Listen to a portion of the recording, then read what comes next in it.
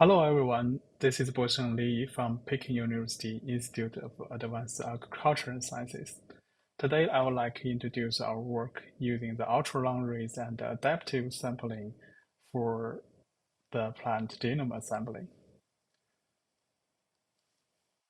First, as an overview, by reviewing the plant T2T genome published in last year, it seems the length of the nanopore reads is important, especially what we call this ultra-long reads, which defines the N50 read length larger than 100 kilobase, is quite essential for sampling a larger genome, like in gigabase size.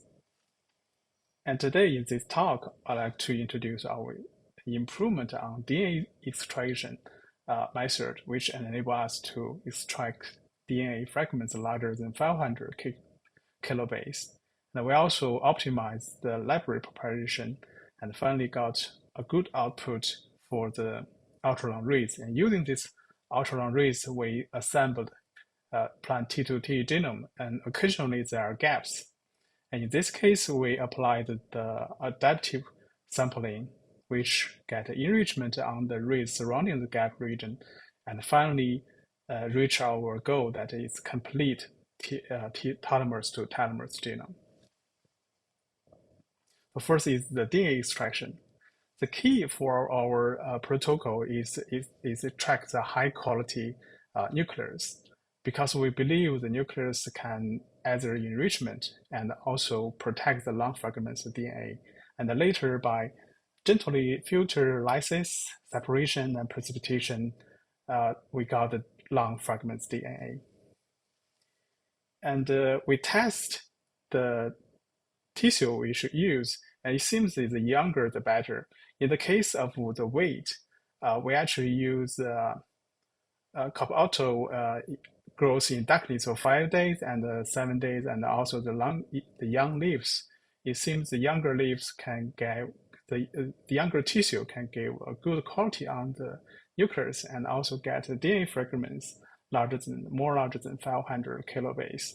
And by sequencing more than 200 libraries, it proves that the younger tissue get a longer N50 read length. Using the same protocol, we also extract the high-quality long DNA from pepper, tomato, cucumber, and lettuce. And we also optimize the library preparation. Right now, from the Oxford Nanopore Technologies, there are two cases for the library preparation. Either use the TN5 transportase or the ligation reaction to add adapters. We optimize several steps, including the input, the DNA, the reaction time, and other like the washing steps to finally got a high quality long DNA library without short fragments.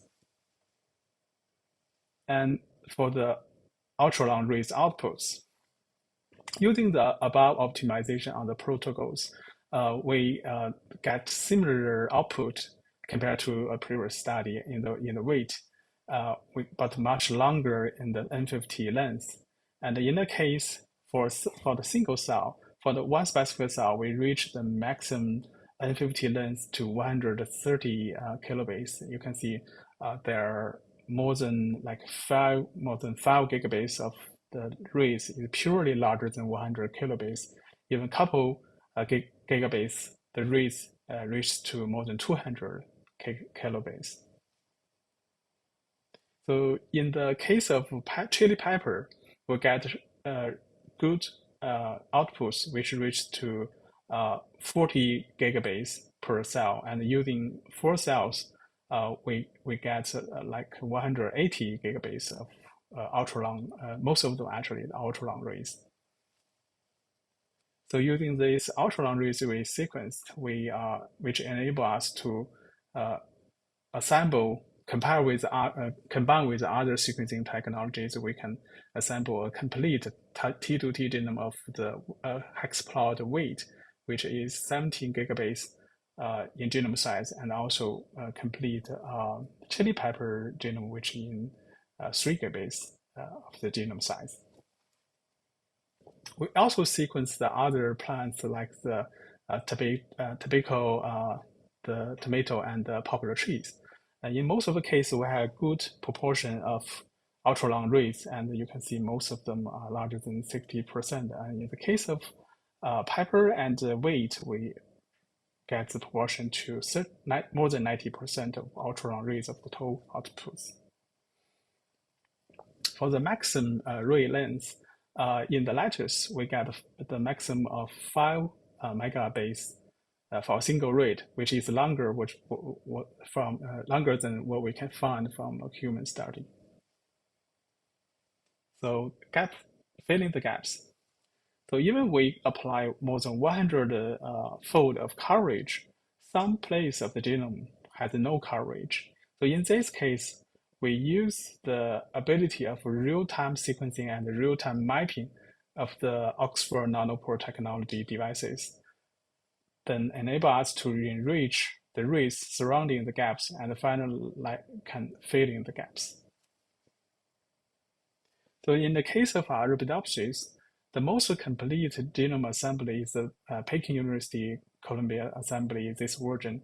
It has 6 gaps has been left on chromatin 2 and 4, and we use adaptive sampling compared to the standard sequencing. We get high rearrangement on each gaps. So mapping, you can see most of the rays were mapping to the gap region, which is located on the telomere region of chromatin 2 and 4. And there are also some off-target rays. But compare the coverage, the target region is much higher, significantly higher than the non-target region, and also the ray length.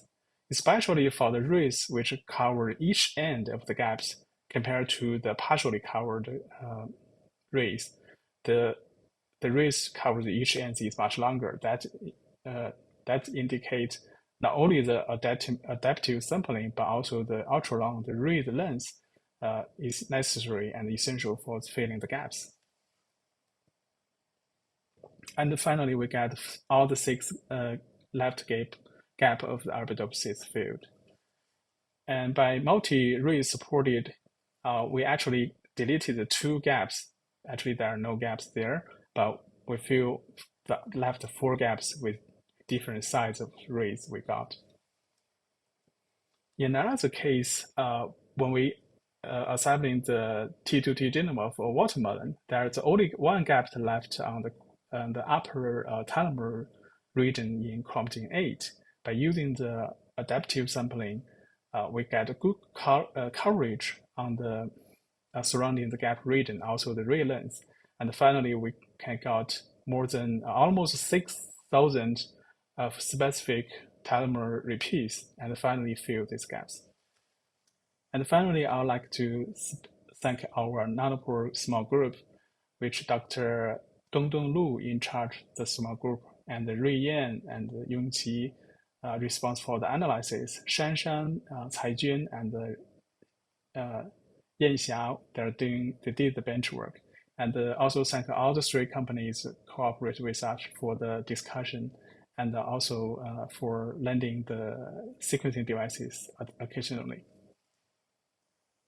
Thank you.